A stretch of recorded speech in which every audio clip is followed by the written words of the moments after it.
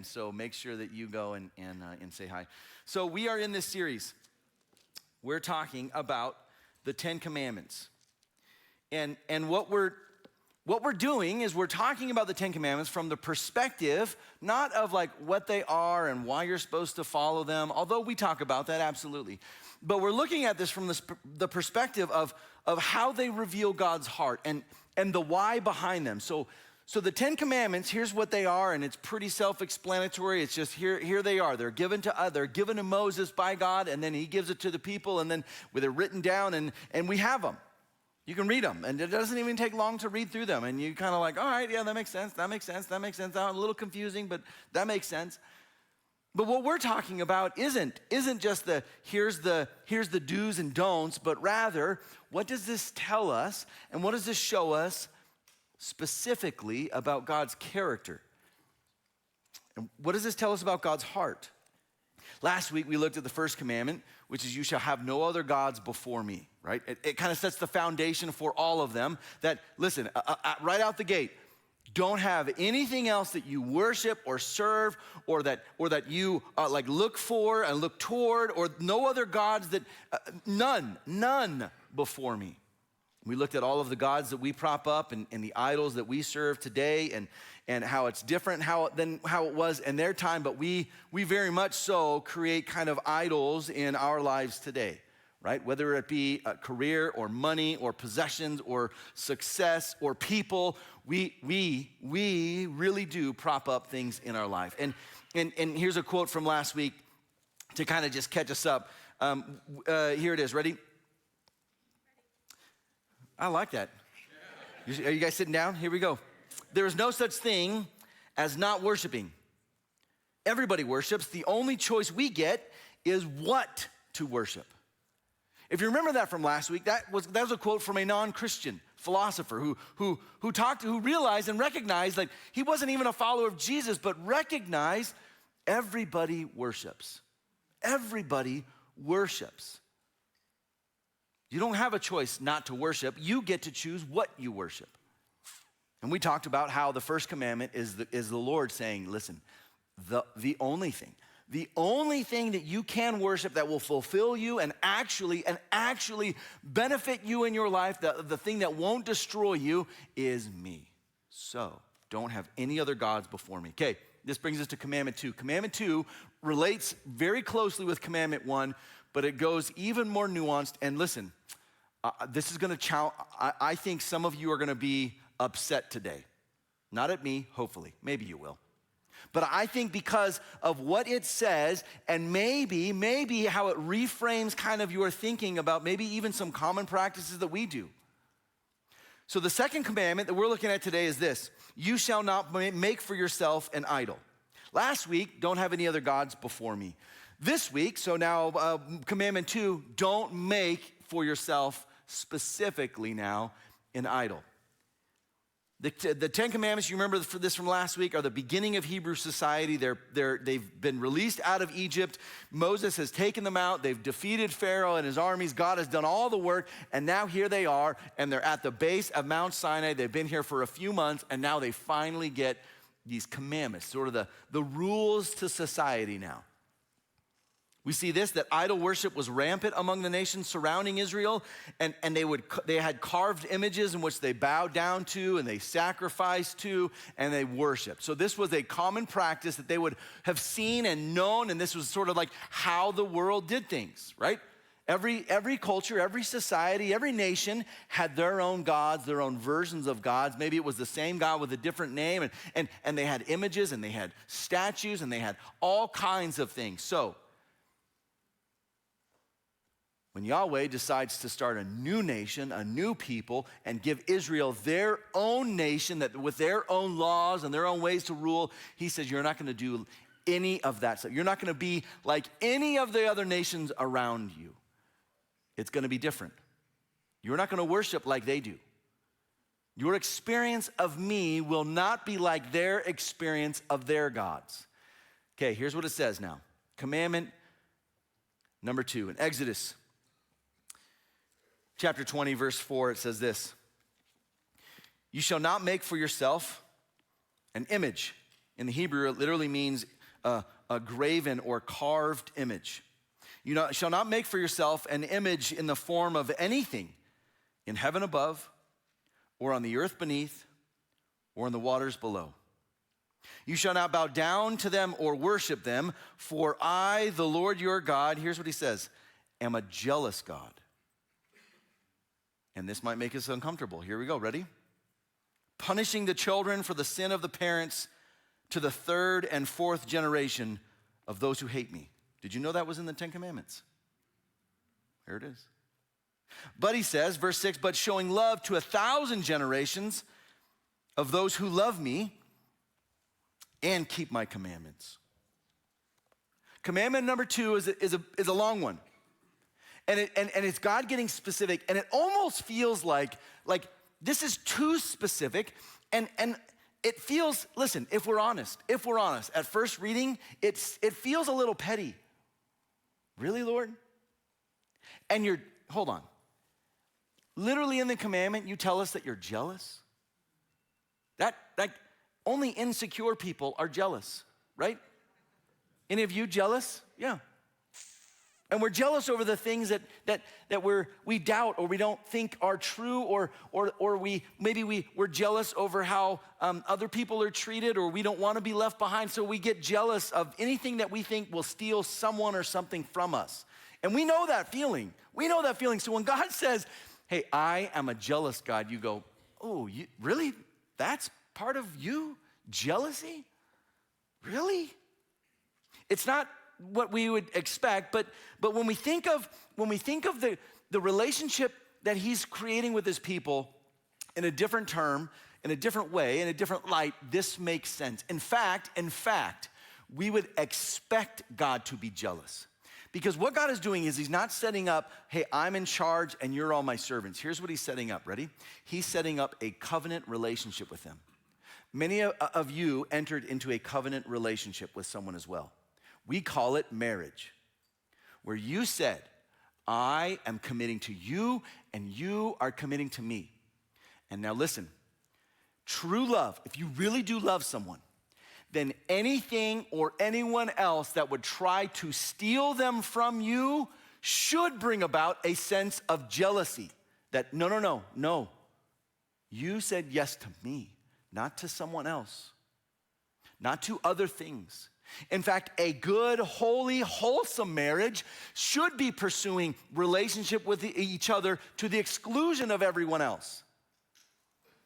So when you see the Lord say this, and he's setting up a covenant relationship, honestly, a marriage-type relationship with him and his people, when they do start to love other things or leave him, you could see why he would and should be jealous to say, who's taking you from me?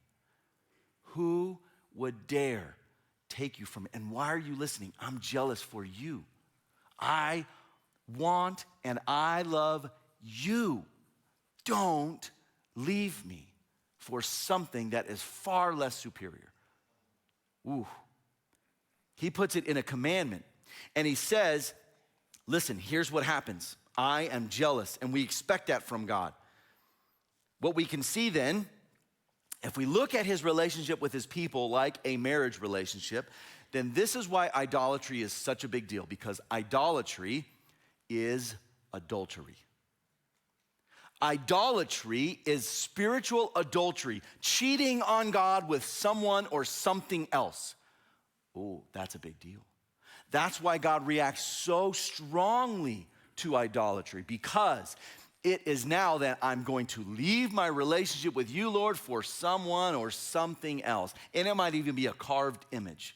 And he says, what are you doing?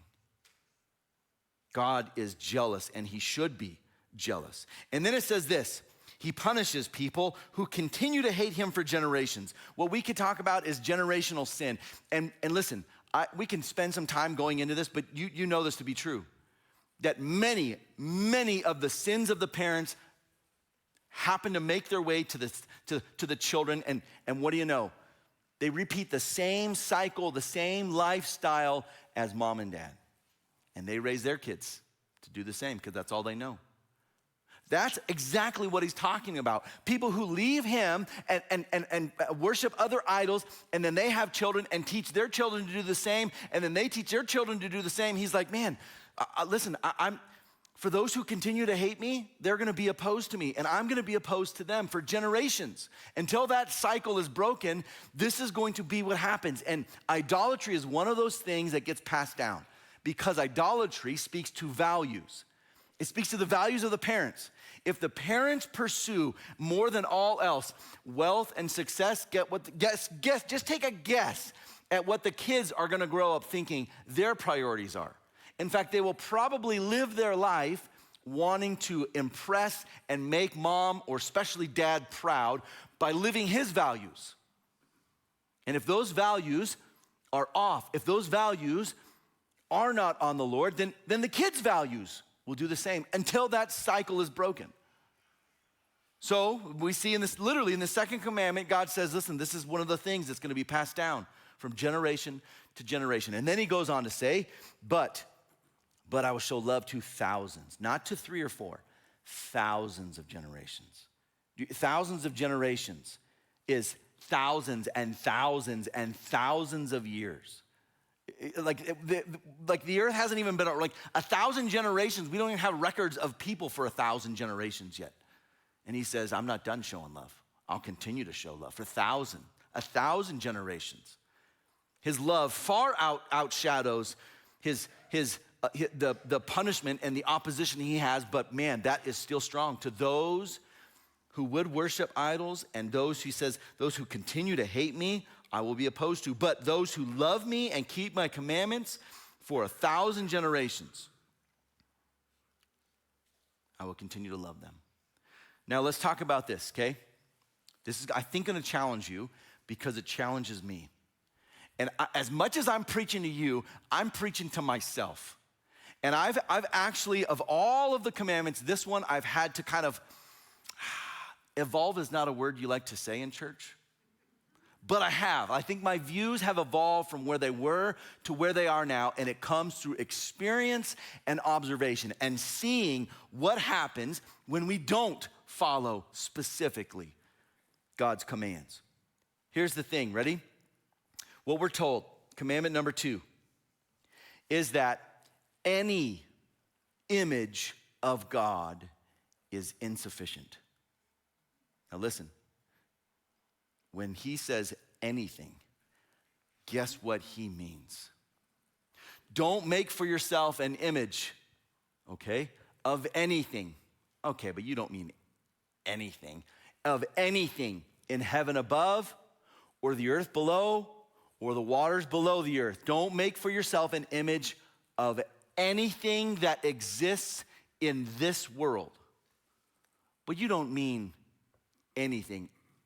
He seems to say anything. Now, it's easy for us to say, well, yeah, of course we're not gonna make like a figurine and bow down to it. Of course we're not gonna do that. But let's just read the scriptures and see what this might possibly also include. And listen, when you get uncomfortable and upset, don't get mad at me. I didn't write this commandment, but I do take it very seriously. Let's look at what it says. Isaiah chapter 40. Isaiah writes this in verse 18. With whom then will you compare God? He's asking these rhetorical questions.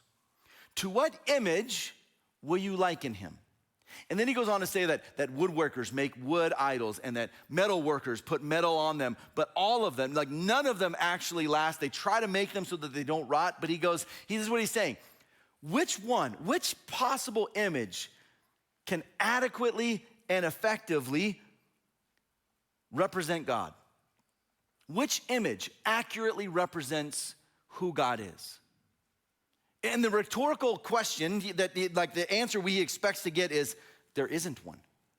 There isn't an image or an item or a figure or a shape of any kind that can accurately and adequately represent who God is.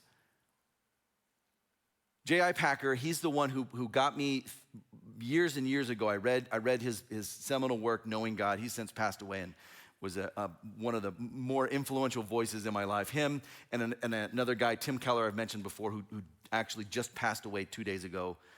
I don't know if you know that. That was a rough day for me, for many people. But J.I. Packer's one of those guys, and he wrote in Knowing God, he writes this, okay? How often do we hear this sort of thing? I like to think of God as a great architect or mathematician or artist. I don't think of God as a judge. I like to think of him simply as a father. Here's what he's saying, and this is our experience, both maybe with ourselves and other people. You know, when I think of God, I think of him as just a really nice dad who welcomes people. Oh, I think of him as a great spirit who is, is all in nature. Oh, when I think of God, I think of him as a beautiful artist. He's referencing now, all right, when we think of God, we have different ideas that we ascribe to him. He continues, we know from experience how often remarks of this kind serve as a prelude to a denial of something that the Bible tells us about God. It needs to be said with the greatest possible emphasis that those who hold themselves free to think of God as they like are breaking the second commandment. At best, they can only think of God in the image of a man, as an ideal man perhaps, or a superman, he says. Here's what he says, anyone who starts to do this usually thinks of God how they want to deny a part of God that they don't want to. I like to think of him as such and such. And because God is love, and he is, absolutely. And because God is love, therefore, I don't think of him as a judge or anyone that will ever cause harm or punishment or discipline, because God is love. And you're going, wow, that sounds wonderful. Except you used it as an excuse to deny an entire character of him, an entire aspect of him. As a loving father who punishes. You don't like that? So we recreate him in a new image. You see what he's saying here? We recreate God in an image we like so that we can deny the part of him we don't like. Here's what he goes on to say. But God is not any sort of man. We are made in his image. Absolutely true. And then he says this, but we must not think of him as existing in ours. We're made in God's image, but what we do, we like to alter or tweak or think of God in an image that we want to. You see the difference? This is why he says those who do this are breaking the second commandment, because you've created an image now of God that isn't entirely accurate. You've made him in your own image, the image you want him to exist in. Ooh. Here's what he goes on to say. Images, okay, it's gonna get worse. If you're already uncomfortable, this is just the beginning. Images, he says, dishonor God by obscuring his glory. Any kind of image diminishes God because it limits who he is and what he can do, and it limits the amount of glory and honor due to him, because now we're just saying he's like this, or he's like this, or when I think of him, I put him in this box or in this box. And then he goes on to say, images mislead us by conveying false ideas about him. Any image we create now creates one that is not accurate of who he is, because there is no image that can accurately and adequately describe who God is. All right, here we go. Ready? Here we go. Okay. Deuteronomy chapter 4. Moses is going to write specifically now about the time that he got the Ten Commandments. Now we're fast forwarding past where we are in Exodus, and we're moving to, now he's going to kind of speak to the people about what that time was like. He's like, remember back when we got the Ten Commandments, remember what that was like? Okay, so here it is, ready? Deuteronomy chapter 4, verse 11. You came near and stood at the foot of the mountain, Mount Sinai, while it blazed with the fire to the very heavens, with black clouds and deep darkness. All right, so that already is creating a scene. This is a different kind of mountain. Verse 12, then the Lord, there it is, all caps again, Yahweh, his name, then Yahweh spoke to you out of the fire. You heard the sounds of words, but saw no form. There was only a voice. He declared to you his covenant, the 10 commandments, which he commanded you to follow, and then wrote them on 2 tablets. He's like giving a whole history lesson. Do you guys remember what happened? They're like, of course we remember. And the Lord directed me at that time to teach you the decrees and the laws that you are to follow in the land that you are crossing the Jordan to possess. All right.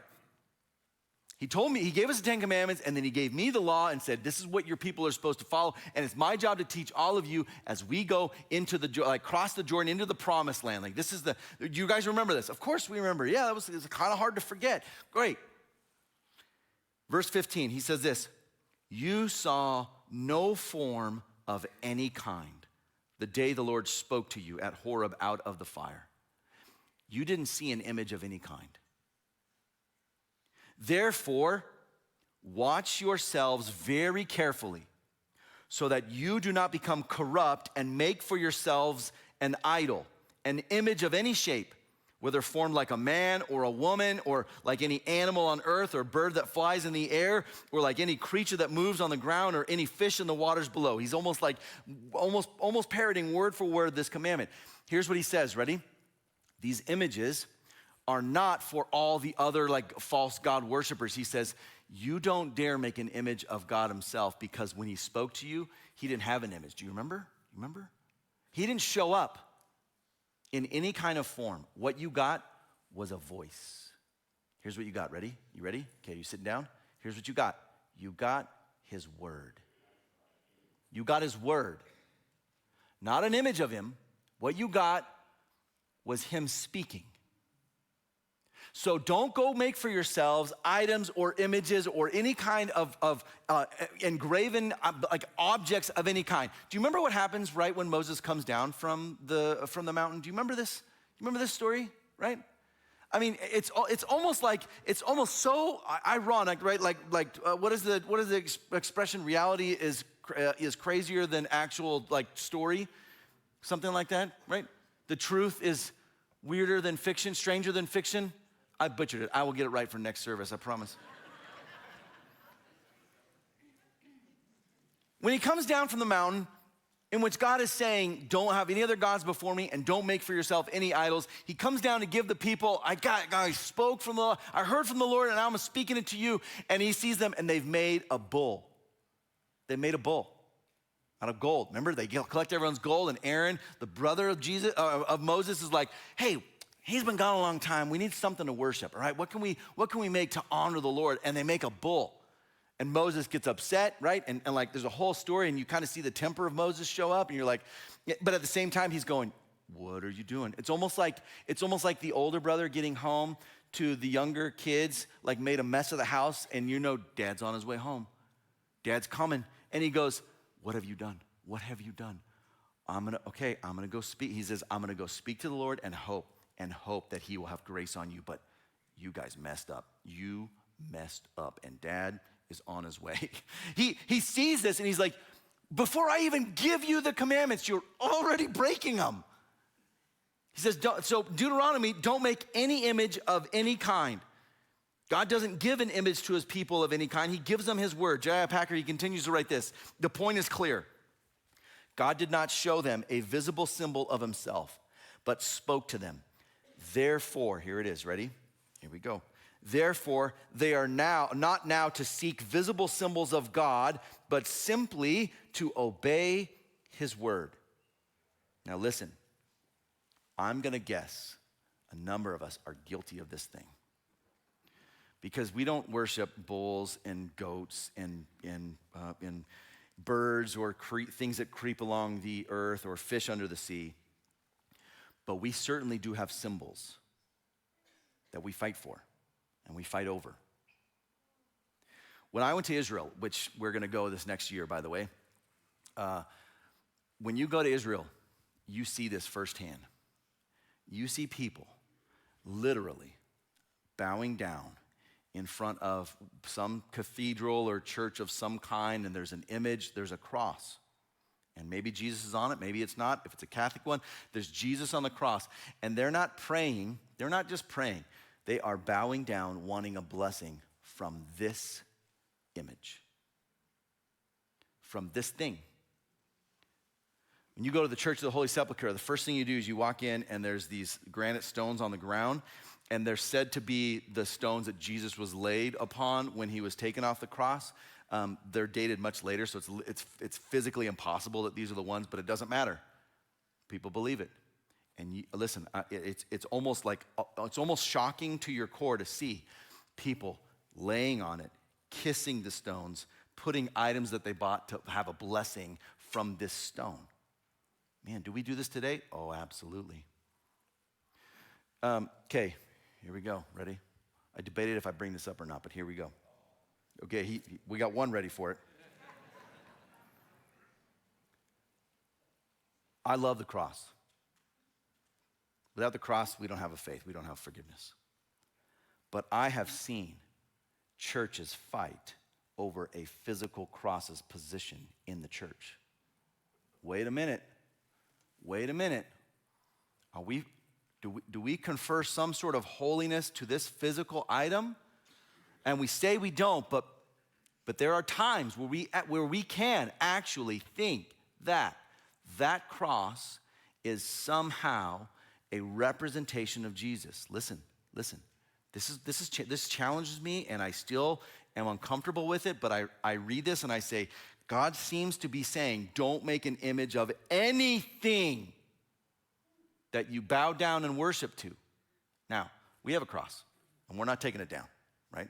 Because it's an image of our faith, and it's a symbol of like the power of Jesus to conquer death. But I hope none of you ever bow down to that cross and worship that thing as though that is a representation of Jesus. It's not at all, right? Do you see the difference? And do you see the temptation that people get to? And do you see how we could easily do this in a church where all of a sudden the stuff that we've made, and we do so to honor God and we do it in God's name, that can actually be the things that we prop up. And he says, don't make an image of anything, whether it be in heaven or on the earth beneath or on the sea below. Don't make an image. What we see here, what we see in Deuteronomy is Moses telling, hey, listen, do you remember when God spoke to you? Do you remember? Yeah, there was no image of any kind, but you heard his word. So you don't worship any image of God, but you listen for his word. You let God describe himself to you without making him in the image you want him. And what do you know? We have something literally called the word that tells us everything we need to know about God. As much as we want to think about or worship God how we want, or make an image of him, how we're comfortable with, what we do is we read this and we say, it honestly, again, all right, here we go. It really doesn't matter.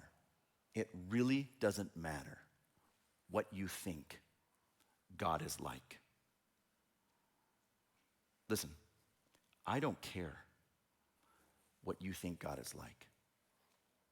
I want to know what he tells me he's like. Do you see the difference? I talk to people all the time, and they'll tell me, God is like this, or I think of God like this. I remember watching a video of another Christian church. I won't name them, but one of the people on stage said, when I think of the Holy Spirit, I think of him kind of as a genie. And I'm going, what did you just do? What? First of all, that's the thing you picked.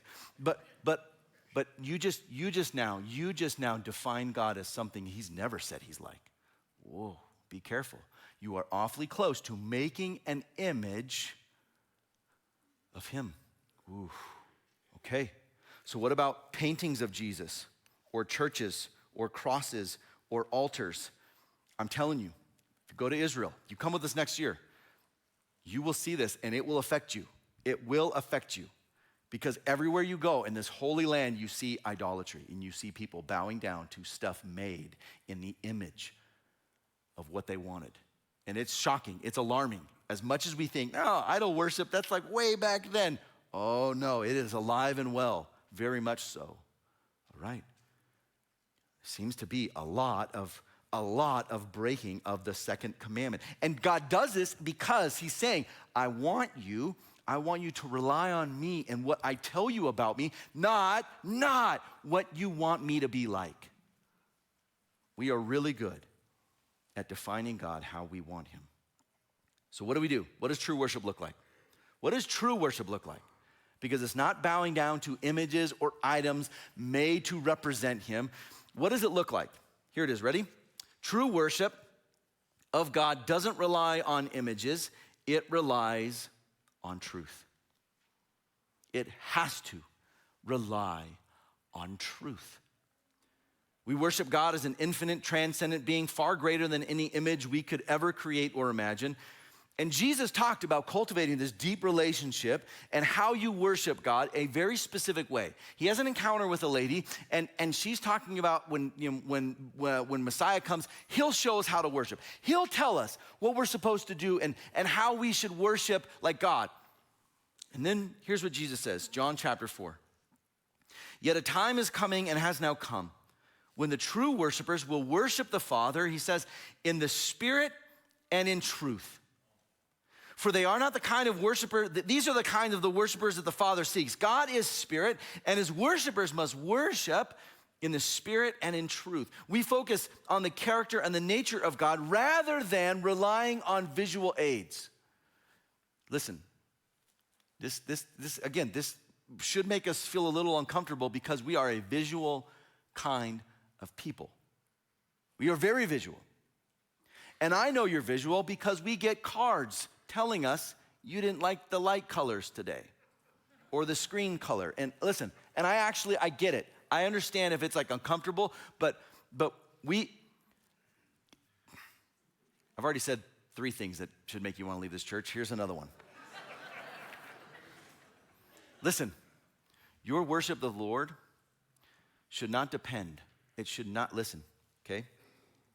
I'm gonna get some flack for this, but I believe it wholeheartedly. It should not depend on whether or not we sang your favorite song. It should not depend on what the stage looks like or the setting. When we're talking about worshiping, the mood that we set is to help us engage in worship, but it's not about like, I didn't like that image. Listen, this is so hard because some of us, I know this, and I want to be careful here. Some of you have paintings of Jesus in your house. Great. And maybe you're thinking, what do I do? What do I do? Am I breaking the second commandment? Yes, you are. No, I'm just kidding. I don't think you are. But listen, I can tell you this. Every painting of Jesus that has ever been painted is not at all accurate. It's not what he looked like. So it's really easy to create an image of Jesus based on the blonde-haired, blue-eyed, really tall, really fair-skinned, really nice-looking Jesus. And when you meet Jesus in heaven, you're like, wait, you're the real Jesus? That's you? You don't look at all like the pictures. He's like, oh, yeah, okay, that's correct. There are so many things, so many images we put in our head of what we think Jesus is like or what we want him to be like. And what we're doing is we're creating an image. And this image is not based on spirit and truth. It's based on an artist's rendition or some sort of, and so listen, we can have artwork. I have artwork and we have stuff in our house and it's all like symbols about our faith and it's great, it's good. We don't bow down and worship it, but if we're not careful, we can tend to think of Jesus made in our image. What do you know? Jesus usually is the same nationality of the person worshiping him. That's what we want him to be. He's just like me, so he's got my color skin. Whatever it is. He tells us people will worship the Spirit and in truth. And what you call him matters. People will say it doesn't matter. Hey, it doesn't matter.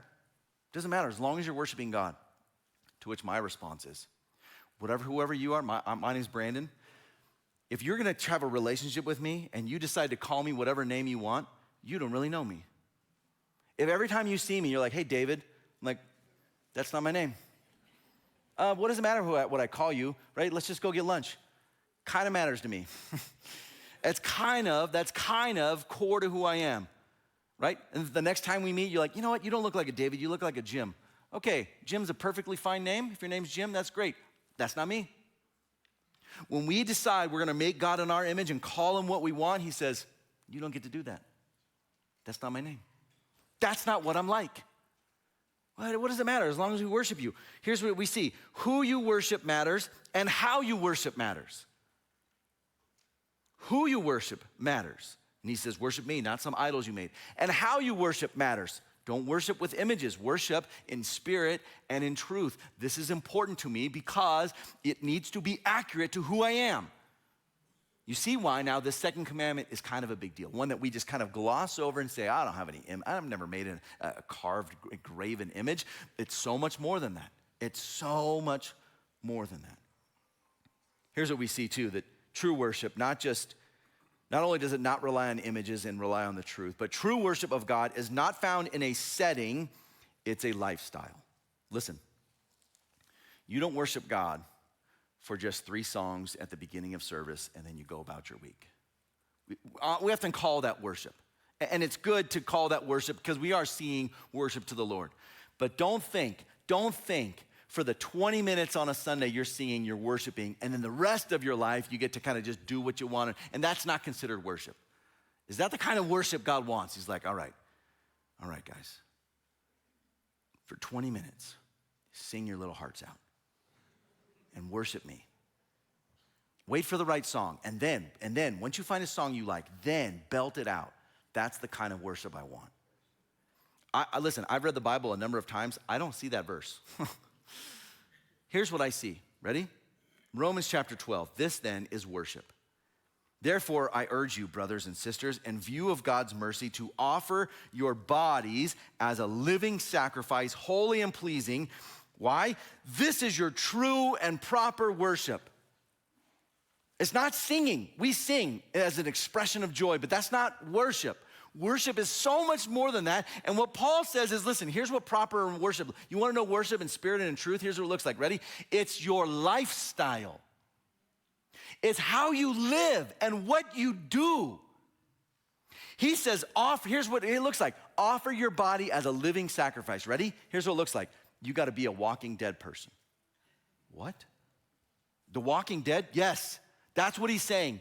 Die to yourself, offer your life as a sacrifice to God and say, do with me whatever you will. My life is no longer mine, it's yours. And he says, all right, you're getting awfully close to worship. You're getting awfully close to exactly where you should be. Offer yourselves, your bodies as a living sacrifice. And then he says, do not conform to the pattern of this world. And here it goes, ready? But be transformed by the renewing of your mind. Worship seems to start in the mind. The same place where we make images. And he says, don't do it. Don't make images. Instead, let your mind be transformed to worship God how he should be worshiped. Then, when you do this, when you offer your body as a living sacrifice, when you allow your mind to be transformed by renewing it, then you'll be able to test and approve what God's will is, his good, pleasing, and perfect will. You wanna know what God's will is? Here's how you know, ready? You gotta start worshiping with your life and you gotta allow him to transform your mind, and then, you might actually understand what he wants. What we want is just, God, tell me what to do and I'll do it. And he says, okay, here's what I want. I want you to be transformed. I want you to die to yourself. Okay, that's really hard. Can you just tell me what job I should take next? That's not how this works. 2 Corinthians chapter 3, we'll end with this. Now the Lord is spirit, and where the Spirit of the Lord is, there is freedom. And he says this, and we all who with unveiled faces contemplate the Lord's glory, and here it is, ready? And are being transformed into his image with ever increasing glory, which comes from the Lord who is the Spirit. Here's the point of this whole thing, ready? If you're gonna walk away with one thing, with one sentence you wrote down, one thing you remember, it's this. Don't worship any image of God. Be transformed into the image of God. If we're gonna talk about God's image, It's not about thinking of how I can think best of him, what I can do to create a representation of how I see him. I think he's like this. I think he's like that. And then we're just debating about the images we've created. Instead, what we should do is seek to say, I want to become more like your image. Transform me into your image with, like Paul says, ever increasing glory. I want to become more and more like you. Ooh, careful. Starting to sound like real, true worship now. More than just singing songs, we're saying, I want to reflect who God is. That seems to be worshiping now in spirit and in truth. Not about images or debating on styles, or I like to sing this kind of way or with this style or in this image or with this. Listen, we can get so bogged down in the details of how we do this that we actually fail to allow God to transform our mind and worship him for who he is. Don't worship any image of God. Any image of God. Do not do it. But instead be transformed into the image of God. Would you do this? Would you stand with me? And then we're gonna sing worship, but we're not gonna end our worship. You're going to continue to worship, ready? For the rest of your week. And some of you will be really good at it. And others of you will walk out of this building and you will forget completely that you're still worshiping. Will you pray with me? So Lord, we thank you that as the heavens are high above the earth, so are your ways higher than our ways, and your thoughts higher than our thoughts, and that you, in your great wisdom and authority, you gave us a commandment that speaks to the heart of how we interact with you. That we aren't to worship with any kind of images or engraven idols of any kind, but instead to worship in spirit and in truth. And worship, true worship, doesn't just happen on Sunday mornings, it's with our lives. So help us, transform us by the renewing of our mind to worship you in spirit and in truth with all that we are. We pray this in Jesus' name.